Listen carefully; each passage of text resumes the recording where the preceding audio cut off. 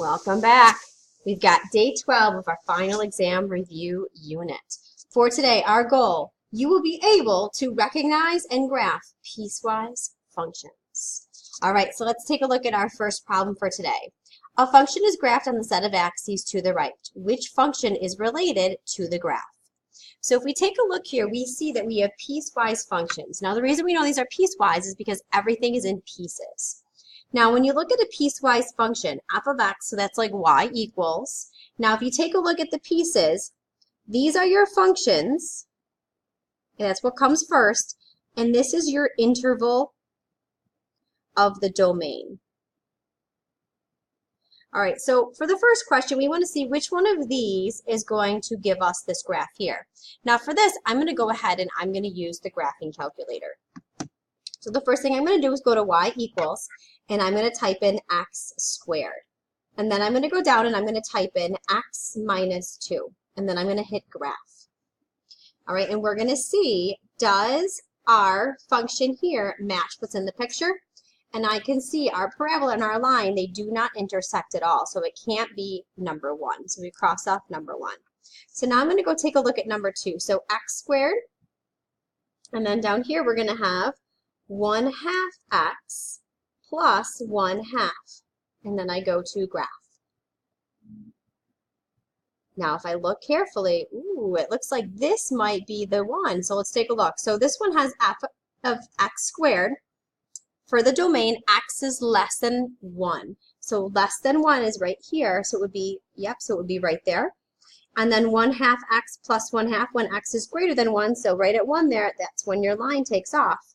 So it looks like our answer here would be choice 2. So that's the one that's going to match our solution.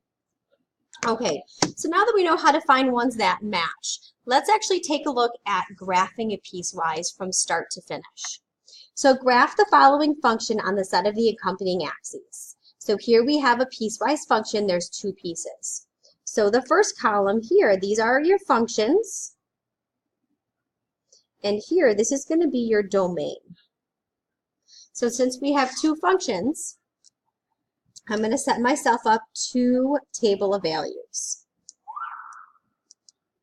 Okay, so my first function is going to be y equals the absolute value of x.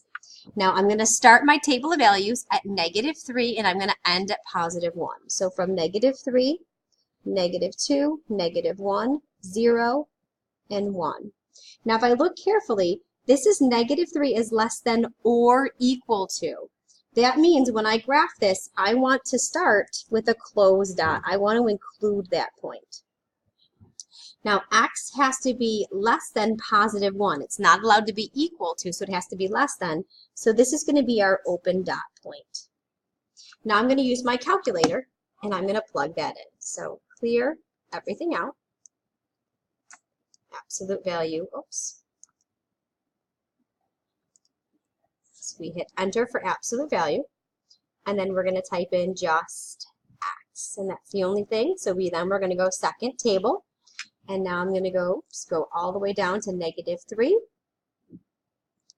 And there we go. So -3 has a y value of 3, -2 has a y value of 2, 1, 0, and 1. So now that I have my first piece, I can go ahead and graph it. So -3, 1, 2, 3, +3. This is going to be my closed dot.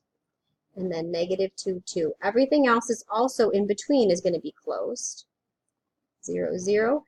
And then 1, 1. This is going to be an open dot. And now I'm going to go ahead and use my ruler and connect my dots. So here's my first piece of the function. Now I'm going to do my second piece. So now I'm going to take a look. My domain is from 1 to 8. So 1, 2, 3, 4, 5, 6, 7, 8. Here, x is less than or equal to 1. It's allowed to be equal to, so it's a closed dot. Less than or equal to 8. Again, it's allowed to be equal to, so this is also going to be a closed dot. And now this is going to be y equals 4. So I go to my table of values and I see, oh, everything is 4. So these are going to be 4s all the way down. So now I can go over to my graph. So at 1, 1, 2, 3, 4. Close dot. And then we get 4s all the way across until we get to 8. Okay, and then I connect the dots.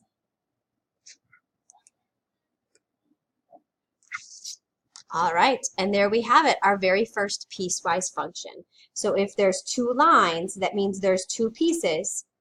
We have to have 2 table of values and 2 pieces on the graph, and you've got it. All right, let's flip it over and try another one. Now for this question, it's again another multiple choice. Which equation is represented by the accompanying graph? So I'd like you to go ahead, hit pause, and I'd like you to try this one out. All right, how many of you were able to get choice number 2? That is the correct answer. So we have y equals -1 when x is less than or equal to -2, so that's a closed dot, and we go there. And y equals +2 when x is greater than -2, so that's an open dot and across it too. All right, let's take a look then at number 4. Labor at a car repair shop can be represented by the function, the total charge for repairs, 150 if h is between 0 and 1, and 150 plus 80 times h minus 1 when h is greater than 1. Okay, so if h represents the number of hours worked, what is the charge for a 3-hour car repair? Okay, so here we go. So the important thing here is that it's going to be a 3-hour car repair. So what you have to decide, which piece is 3 hours going to fall into? Well, is 3 between 0 and 1? Nope, so it can't be the first one. Is 3 greater than 1? Yep, so that means we're going to use the second one. So we're going to take 3 and we're going to plug it into this equation here. So 150 plus 80 times 3 minus 1. And we can let the calculator do the work for us.